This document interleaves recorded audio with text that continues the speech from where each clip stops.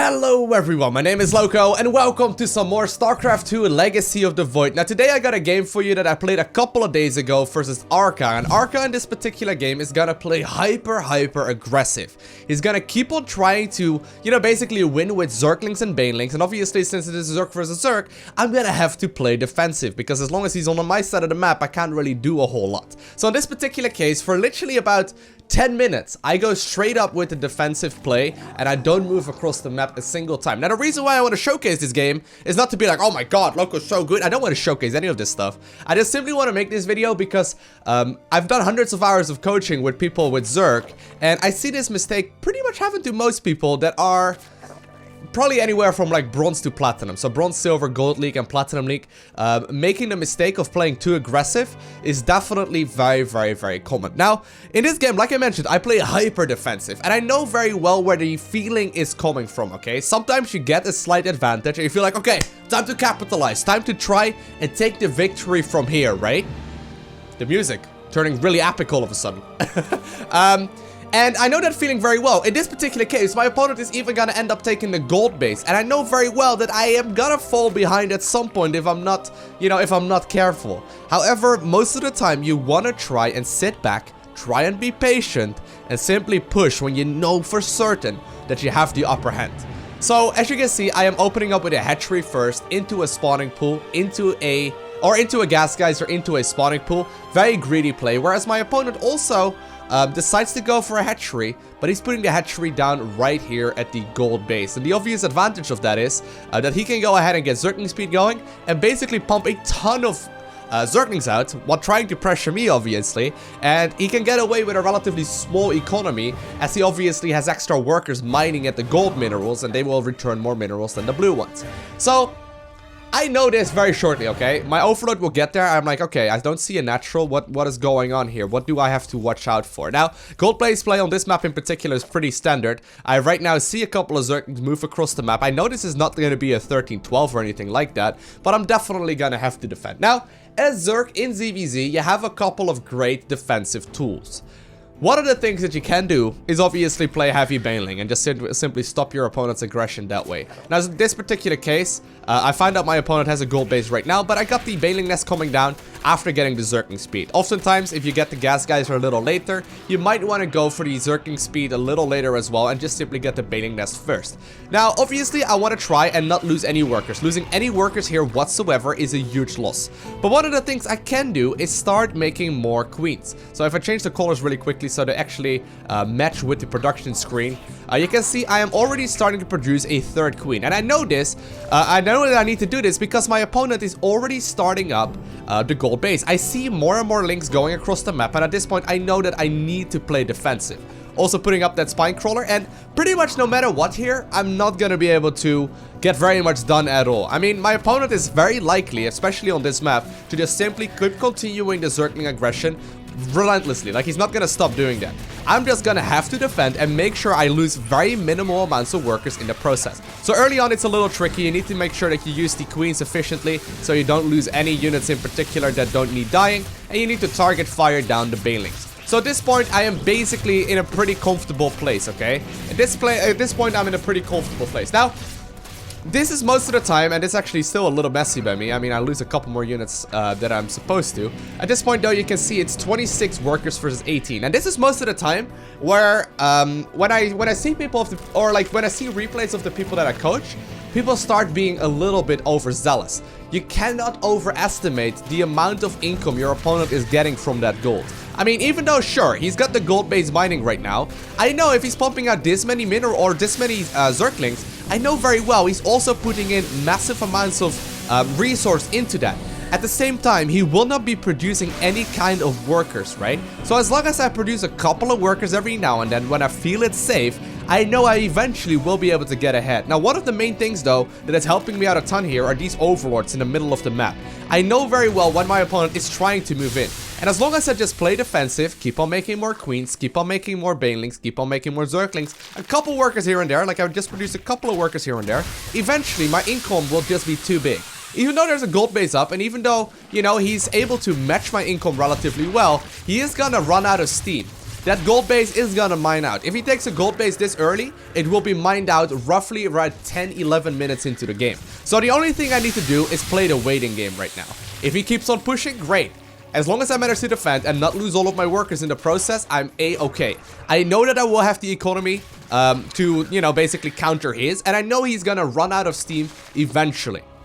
So usually the worst thing you can do is actually get really aggressive. So right now, what I would notice a lot of people do is, for example, try and push down that ramp. Try and go for a counter attack. Try and catch your opponent off guard. One of the rules I always like to keep with myself at the very least is to imagine my opponent plays perfect. Would running down a Baneling, you know, down the ramp right now really achieve a whole lot? Probably not. If he's playing perfect, there's very little chance he's simply gonna give me a big clump of his, you know, of his Zerglings, and I would be losing a Baneling instead for absolutely no value.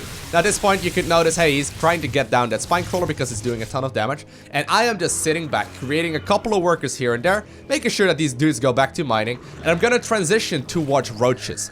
Now, when should you move out? When should you move out with this kind of play? I know very well that the feeling at this point could be like, oh snap, my opponent is going for Mutalisk. He's probably gonna follow it up maybe with a Roach all-in. I need to push out. I need to like make sure that something happens, right? But when you think about it, my opponent has been extremely aggressive. He's just been making non-stop Zerglings. Maybe he switched out a couple of workers in between. I can't really know that. But I do know that he's been making non-stop units up to this very point. And I know all of this time, pretty much 90% of the occasions, I'm gonna be ahead in the income tab, right? Even though he's got that gold base, I'm gonna be ahead in the income tab. So usually what I follow this up with is just the good old +1 attack, roach speed, timing attack. So the reason why you want to go for the +1 attack is to two-shot Zerglings. So since my opponent is going heavy Zerglings, normally it takes roaches to take 3 shots to actually kill Zerglings. When you get +1 attack, you actually only have to take 2 shots from a roach to kill 1 Zerglings that are unupgraded. So +1 attack on the roaches, and then push out when the roach speed finishes up as well. Now if you start up the lair at a reasonable time, I actually should have already started mine, to be honest. Probably gonna start mine very shortly here. I know very well that at that point, I just have to play the waiting game.